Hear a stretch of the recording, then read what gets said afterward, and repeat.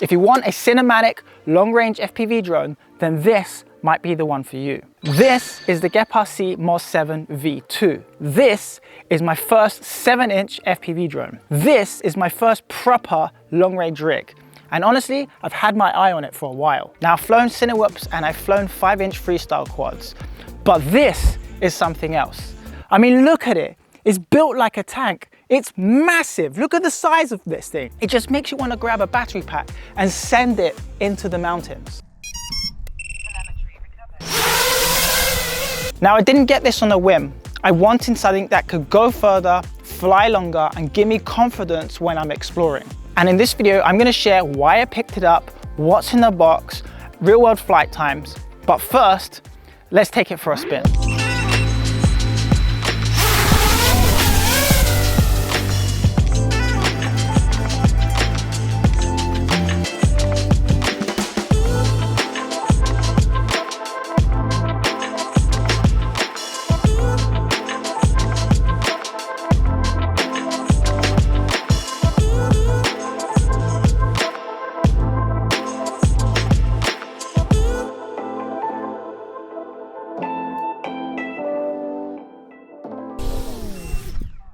That was a smooth landing as well.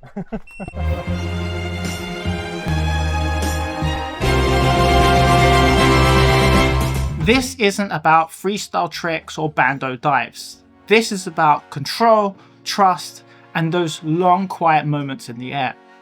And when you're out flying in places like this, the drone needs to hold up. And let me show you how the Moz7 does exactly that. After flying 3-inch Cinewhoops and 5-inch freestyle quads, I wanted something that could really stretch its legs. Something built for range and endurance. I wanted smooth, stable lines, the kind of shots you can only get when the drone feels locked in and you're not rushing against the battery timer. That's what led me to the Moz7 V2. It's not about being flashy or compact, it's about getting the job done when you're far from home. For me, it's perfect for mountain flights, long coastal runs, or those days when you just want that extra flight time to explore and find the perfect shot. And when it showed up, here's what's in the box.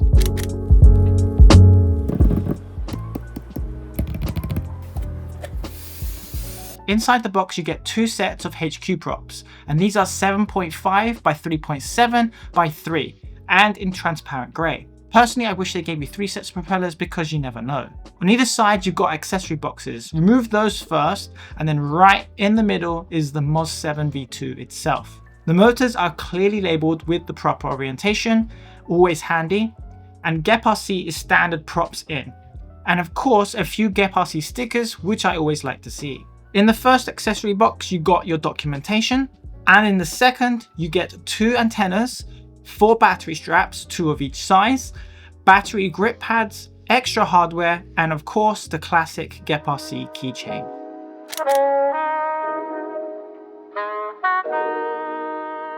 The first thing you notice is the carbon. Big solid plates that give the whole frame a really planted feel. It's reinforced with side braces, and you can even mount your battery on top or underneath depending on balance. Personally, I prefer mounting mine on top. For the DJI O4 camera, you've got aluminium side protection plus an aluminium hood with a TPU GoPro mount. And if you want action camera closer, you can actually reverse this. Accessing the crossfire button is really easy, just remove the TPU mount. The O4 air unit gets proper cooling ports, and if you need to get inside, there's a rubber gasket for the USB port on the flight controller to plug this into Betaflight. And to fully access the O4, you remove these small covers with a hex screw. At the back, you've got the GPS, which is a GEP M1025 GPS module, and yes, the drone includes a barometer so you can track altitude in flight. The top plate is removable for quick inspections or just taking a look at all the goods. It's a bit like opening up the hood of a car. Pop the hood. Pop the hood? Pop the hood. Altogether, the drone weighs around 750 grams, give or take 10. But specs on paper are one thing, but GEPRC have made some recent updates to the Moz7 V2. Now on my unit of the Moz7, the motors are GEPRC SpeedX2 2809 by 1450 kV, but going forward GEPRC are switching to 1280 kV version, and this lower kV should give you better efficiency when paired with Li-Ion packs, which means more flight time for the same battery. They've also upgraded the ESC from a 50 amp to a 65 4-in-1, and this means more headroom and more reliability when pushing the throttle, especially if you're loaded with a heavier pack or flying in the wind. And of course, all of this only matters if you can see where you're going. So let's talk about the camera system. I'm flying the DJI O4 version, and this camera is fantastic. You get sharp, clean image quality in the goggles with 1080p transmission and the recorded footage in 4K up to 120 FPS. Looks great. I normally fly at 4K 60 for a smoother experience. Latency is low for a digital system, and the signal range has been rock solid. You can also get the Moz7 V2 in a Cadex version, or you can buy it without a system if you want and install your own. I also received these from Freewell, their ND filters for the O4 air unit. The standard Avata 2 ones won't fit because of the aluminium side braces. So if you want to lock your shutter speed and control exposure, you need these or something similar. I'll link them down below. I've been using Freewell filters not just on my FPV drones, but on my DJI Air 3 and Air 3S. They really do have good quality stuff, and they always deliver when a new product comes out. Now I shoot everything in D-Log-M and grade it with my own LUTs. One click, done. It speeds up my workflow and keeps the look consistent across my videos. If you want to use the same LUTs, I've linked them down below. It's a small way to support the channel, and it genuinely helps me keep making videos like this. Now, all the camera quality in the world won't help if you lose signal. So let's talk about the GPS and reliability. But first, I just want to take a moment just to show you like how massive the Moz7 is compared to, well, this is GEPRC's Vapor D6. 6-inch quad, I love it, flies really good. You should check out that video. And this is the Moz7. I don't know if this is really going to come through across, but this is much bigger. I mean, if I put them like back to back on their side, right? Look how much more there is with the Moz7. It's massive. I can't stress enough how big this quad is. 6-inch, 7-inch. If you're enjoying this video so far, I'd really appreciate a like. It lets me know that you want more content like this, and it also tells YouTube so it will share it with others so they can see this video. And if you're into drones, photography, and gear reviews, then consider subscribing to join a community of like-minded people. And while you're at it, why don't you leave a comment down below and let me know what you think of this drone. I really do enjoy hearing your views. The Moz7 V2 comes with GEPRC's GEP-M1025 GPS module and a barometer, so locking onto satellites is quick. I was getting 15 or more in under a minute almost every time. And yes, it has GPS rescue. I haven't had to use it yet, but knowing it's there is peace of mind when you're pushing range. I highly recommend to check out Joshua Bardwell's video on setting this up and going through the motion to make sure that if you do fail safe or GPS return to home will work. This is what I've done when I was setting up my Vapor as well as the Moz7. If you're running Betaflight 4.6 in development mode, you have altitude and position hold. Now, I haven't tried this personally myself, however, it does look like it works really well. I recommend checking out Squading Quad's video on this, and I'll link that down below. But now let's check out the batteries and the flight times you get with the Moz7 V2.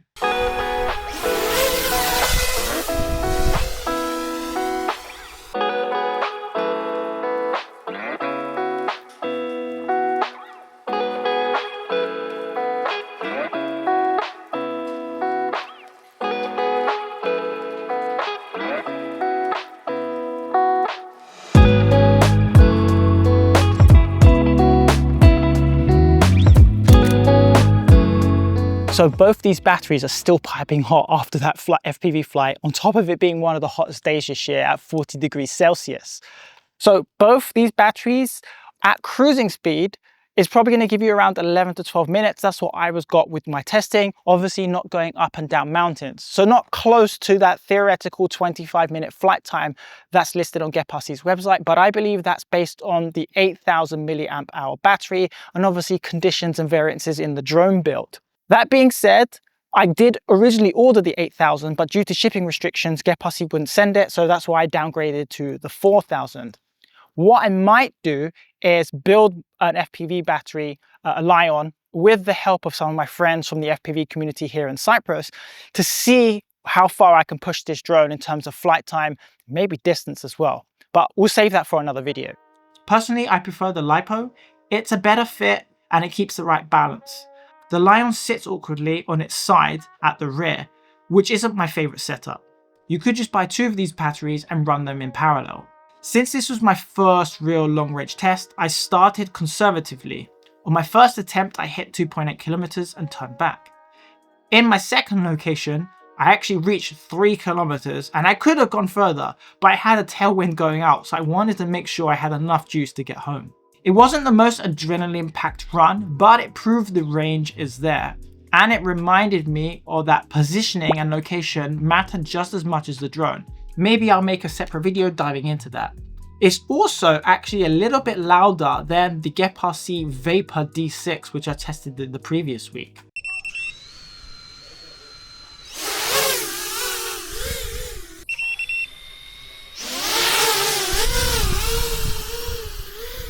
However, with all that being said, and everything tested with the Moz7, here are my final takeaways. This thing is massive. It's a beast of a drone, and the flying experience is totally different from a 5 or 6 inch drone, which are more agile.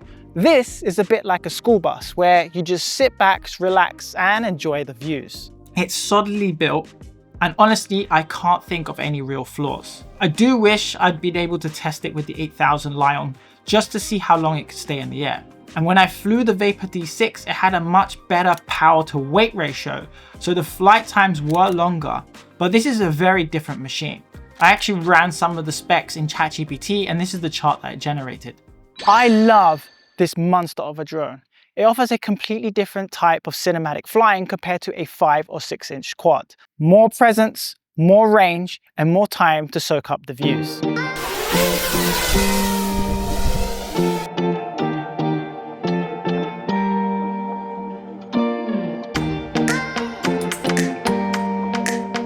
So if you're thinking of getting into long-range FPV, this is a great place to start.